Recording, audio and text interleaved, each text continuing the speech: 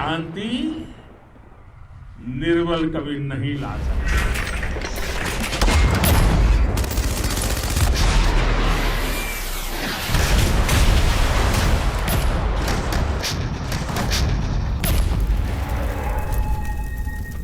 भय बिनु होई न प्रीति। विनय न मानत जलधि जड़, गए 3 दिन बीत। बोले राम सकोप तब, भय बिन होई न प्रीत। नमस्कार, मैं हूं श्वेता सिंह और आप देख रहे हैं आज तक। प्रधानमंत्री नरेंद्र मोदी ने अयोध्या से भय और प्रीत के जिस रिश्ते की बात की, वो दरअसल हमारे दुश्मन देशों के लिए एक संकेत है, तो मित्र देशों के लिए एक संदेश भी है। लेकिन सबसे बढ़कर यह चेतावनी है हमारे 3 पड़ोसियों के लिए, पाकिस्तान, चीन और नेपाल, जो कि दुश्मन बनना चाहता है।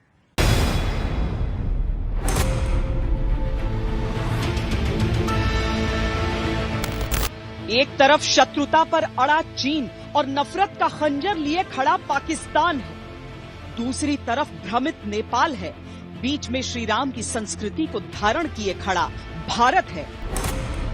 विनम्रता और विनय के दिन पीछे छूट चुके हैं, अब प्रीत के लिए शत्रु खेमे में भय का समय है। भारत माता की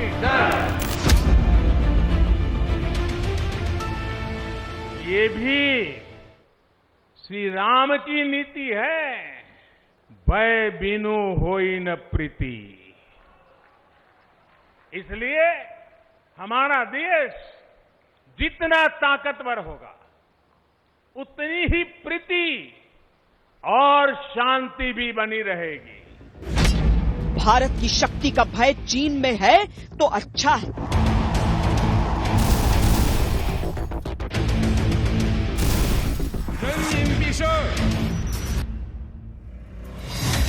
भारत के सामर्थ्य का भय पाकिस्तान में है तो अच्छा है। भारत के संयम का संकेत नेपाल समझ ले तो अच्छा है। और नेपाल का तो राम से आत्मीय संबंध माता जानकी से जुड़ा है। अच्छा है कि भारत से शत्रुता का भाव रखने वाले कुटिल पड़ोसियों के सीने में भारत के शौर्य का भय बढ़ने लगा है। That India government adjust its policy towards towards China, and change its stance on issues related to Taiwan, Xizang, Hong Kong, and South China Sea to put pressure on China. अच्छा है कि भारत को परमाणु बम और जंग की रोज धमकी देने वाले दुश्मनों की जुबान लड़खड़ाने लगी है। दुश्मन की आंखों का ये डर अच्छा है, क्योंकि ये डर ही अब स्वाभिमान के सम्मान, संप्रभुता की रक्षा और शांति स्थापना की नई शर्त है। शत्रु शक्ति की ही भाषा समझता है, तो अब शक्ति के उपासक देश भारत ने शक्ति को ही साध लिया है। भय बिन हो न प्रीत। तो देश को अगर प्रीति के मर्म को समझना और बढ़ाना है, तो देश को मजबूत भी बनना पड़ेगा। क्षमा शोभती उस भुजंग को जिसके पास गरल हो। हाँ, तो ये तो प्रभु राम का आशीर्वाद है कि समाज को, देश को मजबूत भी होना चाहिए। श्री राम अगर मर्यादा पुरुषोत्तम है, तो वो इसके साथ ही शक्ति का पर्याय भी है। उन्होंने अपने दुश्मनों को कई अवसर दिए थे। आज का भारत भी उस संस्कृति को समझते हुए उसे परंपरा की तरह आगे बढ़ाता है, उसका निर्वाह करता है। श्री राम ने सभी शक्तियों को एक साथ रखकर बुराई का अंत किया था। भारत को भी इसी से सीखना है और आगे बढ़ना है।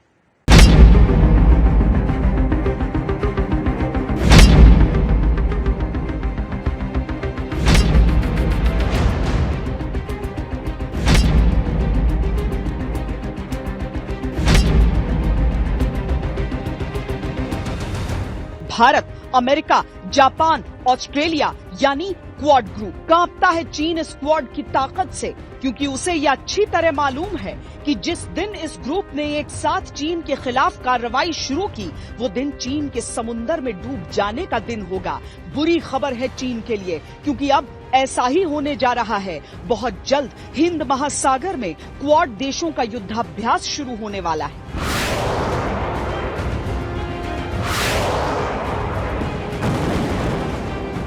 चीन साउथ चाइना सी में लगातार दादागिरी दिखा रहा है, लेकिन क्वाड की ताकत जिस दिन जवाब देने पर उतरेगी, इंडो पैसिफिक रीजन के समुद्र में चीन की सारी हेकड़ी डूब जाएगी।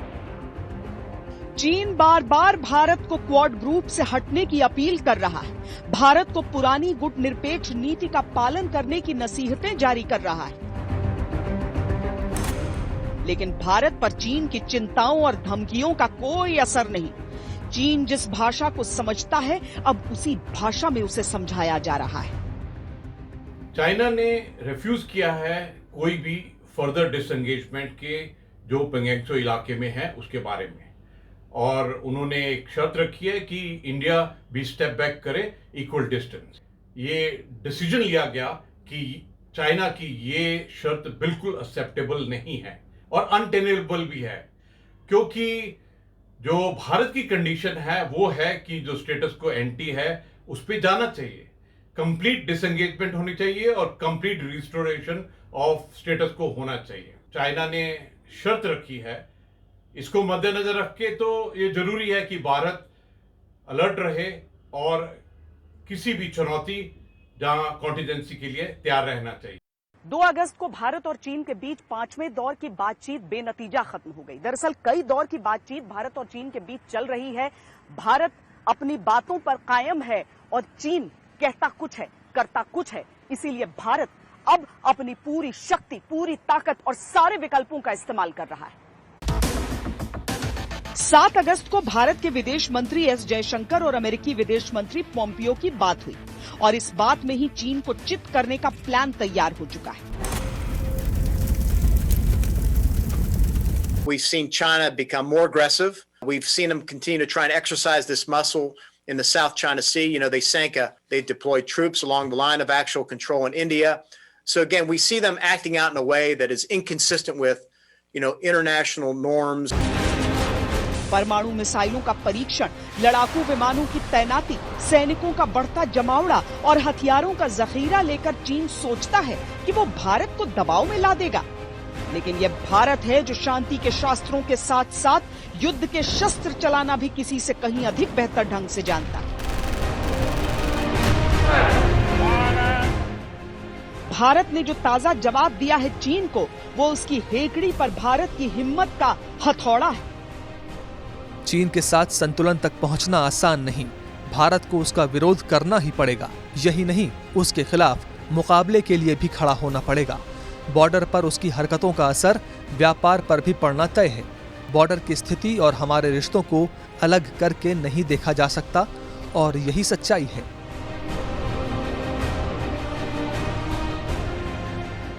विदेश मंत्री का ये बयान चीन के लिए बिल्कुल स्पष्ट चेतावनी है।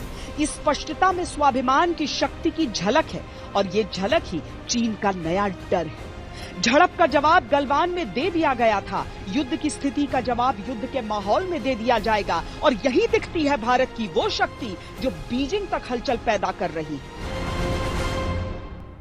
हम वो लोग हैं जो बांसुरी धारी कृष्ण की पूजा करते हैं, तो हम वही लोग हैं जो सुदर्शन चक्रधारी कृष्ण को भी आदर्श मान करके चलते हैं। राष्ट्र की, दुनिया की, मानवता की प्रगति के लिए शांति और मित्रता हर कोई स्वीकार करता है, हर कोई मानता है बहुत जरूरी है। लेकिन हम ये भी जानते हैं कि शांति निर्बल कभी नहीं ला सकता। कमजोर शांति की पहल नहीं कर सकता। प्रधानमंत्री मोदी की बातों को डिकोड करना मुश्किल नहीं। उदाहरण भगवान कृष्ण का हो या श्री राम का, शत्रुओं के लिए शक्ति और सामर्थ्य का संकेत साफ है। भारतीय थल सेना अध्यक्ष एक बार फिर LAC से लगी सीमाओं का दौरा कर चुके हैं और जवानों से बंदूकों की पकड़ और मजबूत करने का आह्वान कराएं। हर समय मुस्तैद रहें और युद्ध की किसी भी स्थिति के लिए तैयारियां पूरी रखें। चीन खोखले घमंड की जमीन पर खड़े होकर भारत की तरफ अपनी परमाणु मिसाइलों का मुंह मोड़ रहा है, तो उसके लिए भारत का जवाब ये है कि पूरा बीजिंग अब भारत के परमाणु बमों के निशाने पर है। फिलहाल तो भारत की वायुसेना जब से राफेल से लैस हुई है, चीन की हीन भावना उसके सरकारी अखबार ग्लोबल टाइम्स में दिखने लगी है। भारत ने हाल ही में 5 राफेल लड़ाकू विमान हासिल किए हैं, जिन्हें हमारे J-20 लड़ाकू विमानों से बेहतर बताया जा रहा है, लेकिन हमारे डिफेंस एक्सपर्ट्स के अनुसार J-20 राफेल से बेहतर हैं। कौन बेहतर है या कौन बेहतर ढंग से लड़ा, ये तब साबित हो जाएगा जब इसका समय आएगा। लेकिन ड्रैगन को जब डर ही नहीं तो वो तुलना ही क्यों कर रहा है? असल में ये डर है ड्रैगन का, और ये डर वाकई अच्छा है। ख्याल आने से ये बहुत बड़ा संदेश जाएगा चीन और पाकिस्तान को कि वर्ल्ड का सबसे बेस्ट फाइटर जेट अब हिंदुस्तान के आर्मरी में है, और हिंदुस्तान की फौज, एयरफोर्स 2 फ्रंट सिनेरियो पे लड़ने की क्षमता रखती है। इससे इंडियन एयरफोर्स का मोराल ऊपर होगा, इंडियन एयरफोर्स के पायलट्स का मोराल ऊपर होगा, दुश्मनों के दांत खट्टे होंगे, दुश्मनों की नींद हराम होगी। तो ये जो प्रोक्योरमेंट और डिलीवरी है, ये बहुत ही स्ट्रैटेजिक है। चीन अब भी भारत को 1962 के लेंस से देखने की बातें करता है, जबकि सच्चाई ये है कि चीन से दुश्मनी निभाने के लिए भारत ने रणनीति, विदेश नीति, कूटनीति सब बदल दिया। और जब एक शांति प्रिय राष्ट्र ऐसा करता है तो नया इतिहास रचता ही है। भारत, अमेरिका, इजराइल, जापान, दक्षिण कोरिया, ऑस्ट्रेलिया, वियतनाम का एक साथ आना इसी ओर इशारा करता है।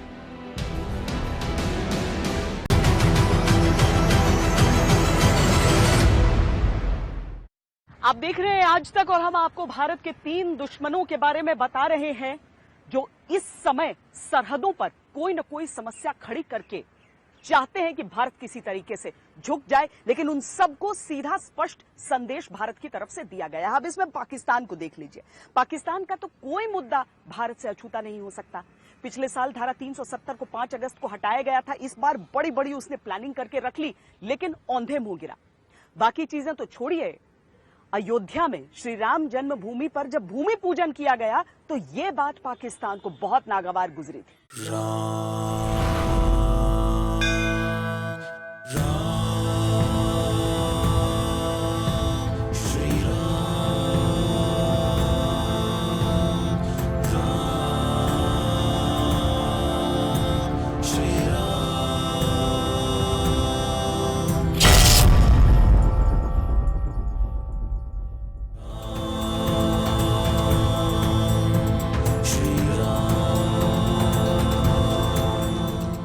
राम की नीति है, और वो क्या है? भय बिनु होई न प्रीति।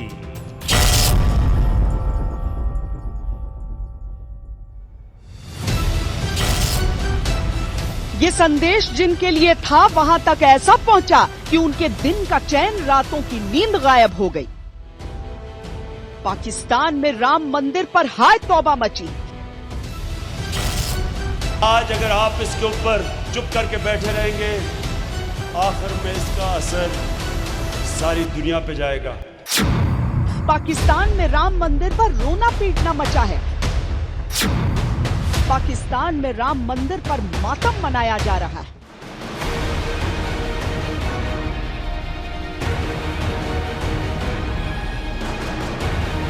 बिल्कुल गलत है, बिल्कुल इलीगल है, और हिंदुस्तान के साथ एक कदम चलने को तैयार नहीं है।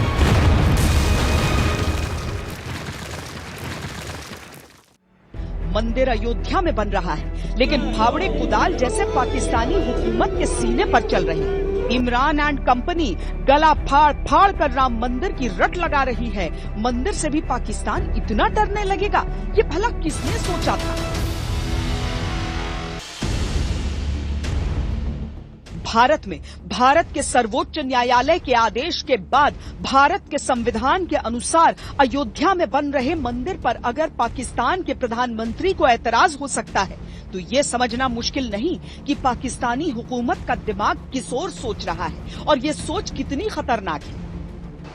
पाकिस्तान को क्या डर सता रहा है कि उसकी सरकार के मंत्री जो कल तक पाव भर के आधे आधे किलो के परमाणु बमों की बात किया करते थे वो अयोध्या में भूमि पूजन से डर गए हैं। क्या हो गया है पाकिस्तान की हुकूमत को ये एक सुर में सब के सब राम मंदिर बनने से मातम के मोड में चले गए हैं। महाकाली महालक्ष्मी महासरस्वती स्वरूपाय संवैधानिक रूप से बनने वाले राम मंदिर पर हाय तौबा मचाने वाली यही पाकिस्तानी हुकूमत तब कान में रुई ठूंस लेती है जब उसके यहाँ ऐतिहासिक मूल्यों वाली सैकड़ों साल पुरानी बुद्ध प्रतिमा को नफरत के हथौड़ों से तोड़ा जाता है। तब इमरान या उसके मंत्रियों के मुंह से आवाज नहीं निकलती। जब पाकिस्तान में सिख गुरुद्वारों को तोड़ा जाता है तब पाकिस्तानी परेशान नहीं होते जब इस्लामाबाद में भगवान कृष्ण मंदिर की नींव को ढहा दिया जाता है।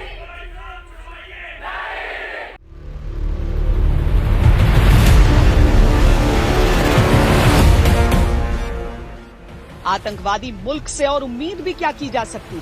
सांप्रदायिकता के जहर में पूरी तरह डूबी पाकिस्तानी हुकूमत के लिए राम मंदिर भी एक दांव है लोगों को उकसाने के लिए। अगर ये ना भी होती उनकी वजह, पाकिस्तान को इससे क्या फायदा है?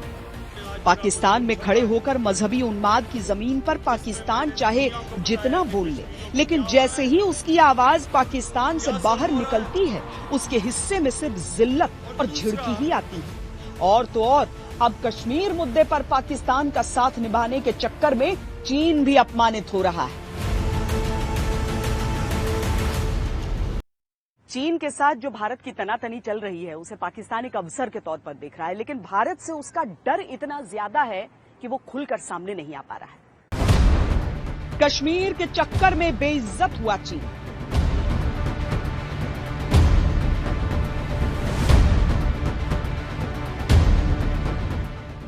कश्मीर के चक्कर में खोए पाकिस्तान ने होश। कश्मीर के चक्कर में पाकिस्तान संग बर्बाद होगा चीन। जम्मू और कश्मीर पुनर्गठन विधेयक 2019 को सदन के सम्मुख विचार के लिए संदर्भित करने पर जम्मू कश्मीर पुनर्गठन विधेयक 19 को स्वीकार करने का विचार। 5 अगस्त यानी वो तारीख जब भारत की संसद ने जम्मू कश्मीर को अप्रत्यक्ष दास्ता की बेड़ियों में जकड़े रखने वाली धारा 370 से मुक्त कराया था। पाकिस्तान का इस फैसले से कुछ लेना देना नहीं है, लेकिन उसकी सोच में पाप भरा है जो बार बार मवाद बनकर उसके मुंह से बहता रहता है। धारा 370 को हटे 1 साल हुआ तो पाकिस्तान ने इसे ब्लैक डे की तरह मनाया। अपनी सोच के ब्लैक डे में भारत के प्रति नफरत के रंग भरने के लिए पाकिस्तान की शह पर चीन बड़ी हेकड़ी दिखाते हुए यूएनएससी में कश्मीर का मुद्दा लेकर चला गया, लेकिन दुनिया के लगभग सभी देशों ने इसे भारत का अपना मुद्दा बताया और खारिज कर दिया। चीन की हैसियत बताने के लिए ये काफी था। और यही चीन और पाकिस्तान दोनों को ये भी पता चल गया होगा कि भारत की अहमियत दुनिया की नजरों में क्या है। मैं यही कहूँगा, ऐसे बेतुके दावों के जरिए इन दावों की कोई कानूनी वैधता नहीं है, ना कोई इंटरनेशनल क्रेडिबिलिटी है।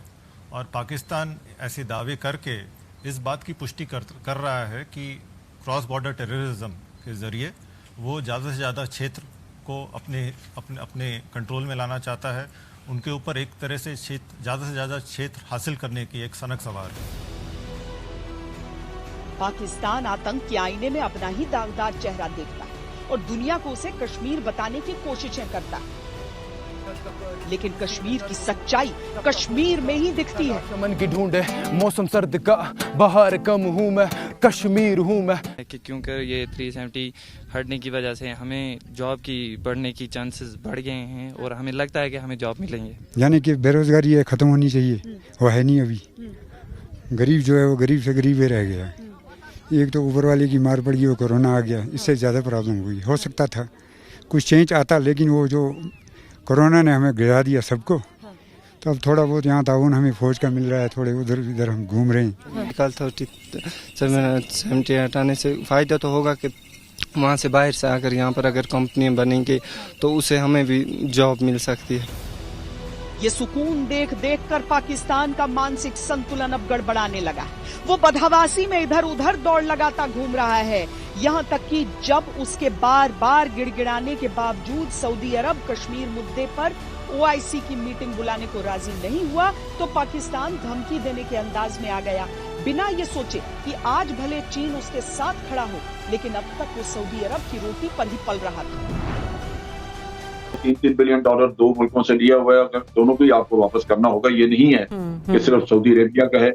UAE और सऊदी अरेबिया एक जगह खड़े हैं और दोनों साथी हैं। इसको आज हम सब अपने कश्मीरियों के साथ खड़े हैं। हमारे कश्मीरी बहुत मुश्किल वक्त से गुजर रहे हैं।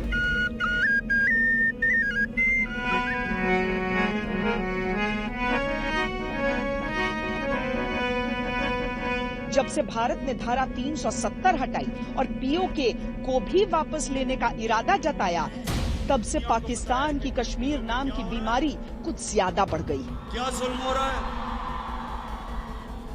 हर जगह से मुंह की खाने के बाद अब वो कश्मीर के नए नक्शे के जरिए अपने टूटे मनोबल को आराम पहुंचाना चाहता है। ये तमाशा पाकिस्तान के दिल को बहलाने के लिए कुछ हद तक काम भले कर जाए, लेकिन भारत के लिए यह खोखली और बेसिर पैर की कवायद है और भारत इसे बिल्कुल भी सीरियस लेने के मूड में नहीं है। दुनिया के सारे टॉप लीडर से बात की, उनको बार बार समझाया। डोनाल्ड ट्रंप को 2-3 दफा समझाया कि कश्मीर कितना खतरनाक है दुनिया के लिए, फ्लैश पॉइंट है। चांसलर मर्कल जर्मनी की, बोरिस जॉनसन, इन सब से मैंने खुद बात की। पाकिस्तान के अभी और बुरे दिन तब शुरू हो जाएंगे जब अक्टूबर में वो FATF का सामना करेगा। भारत तब एक बार फिर उसके आतंकी चरित्र का कच्चा चिट्ठा खोलेगा। करीब 2 साल से ग्रे लिस्ट में चल रहे पाकिस्तान की स्थिति तब और खराब होना तय है और ये डर पाकिस्तान को बेचैन कर रहा है। राम मंदिर का निर्माण, धारा 370 की बरसी ने पाकिस्तान के पेट में एसिडिटी बढ़ा दी, लेकिन उसका हाजमा तब से ही बिगड़ने लगा था जब से राफेल लड़ाकू विमान भारत पहुंचे थे।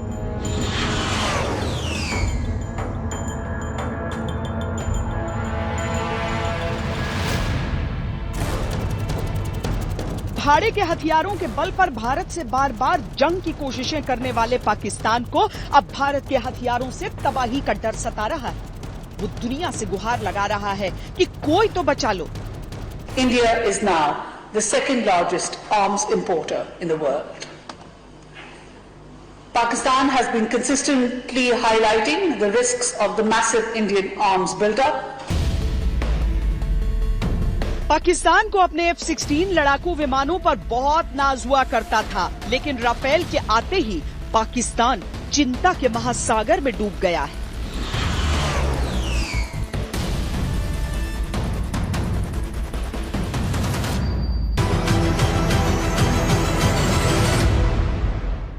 नेपाल की जो कम्युनिस्ट सरकार है वो चीन के दबाव में चीन की लीक पर चलने की कोशिश कर रही है, लेकिन अयोध्या से प्रधानमंत्री नरेंद्र मोदी ने नेपाल को भी एक संदेश दिया है।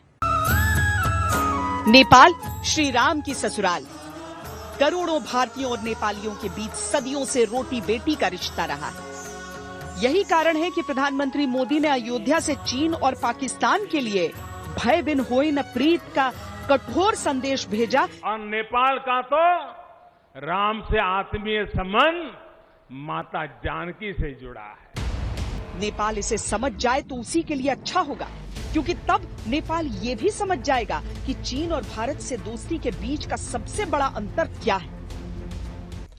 Mauritius is also at the heart of India's approach to development partnerships. चीन के बहकावे में आकर नेपाल की ओली सरकार लगातार उकसावे की हरकतें कर रही। नेपाल ने नए नक्शे में भारत के हिस्सों को शामिल किया और भारत के प्रति आक्रामक रुख अपनाया। हाल ही में उत्तराखंड सीमा पर नो मैन्स लैंड में सीसीटीवी लगाने का काम शुरू करने की कोशिश की है। हमारी इस खास पेशकश में इतना ही। देश और दुनिया की बाकी खबरों के लिए आप देखते रहिए आज तक।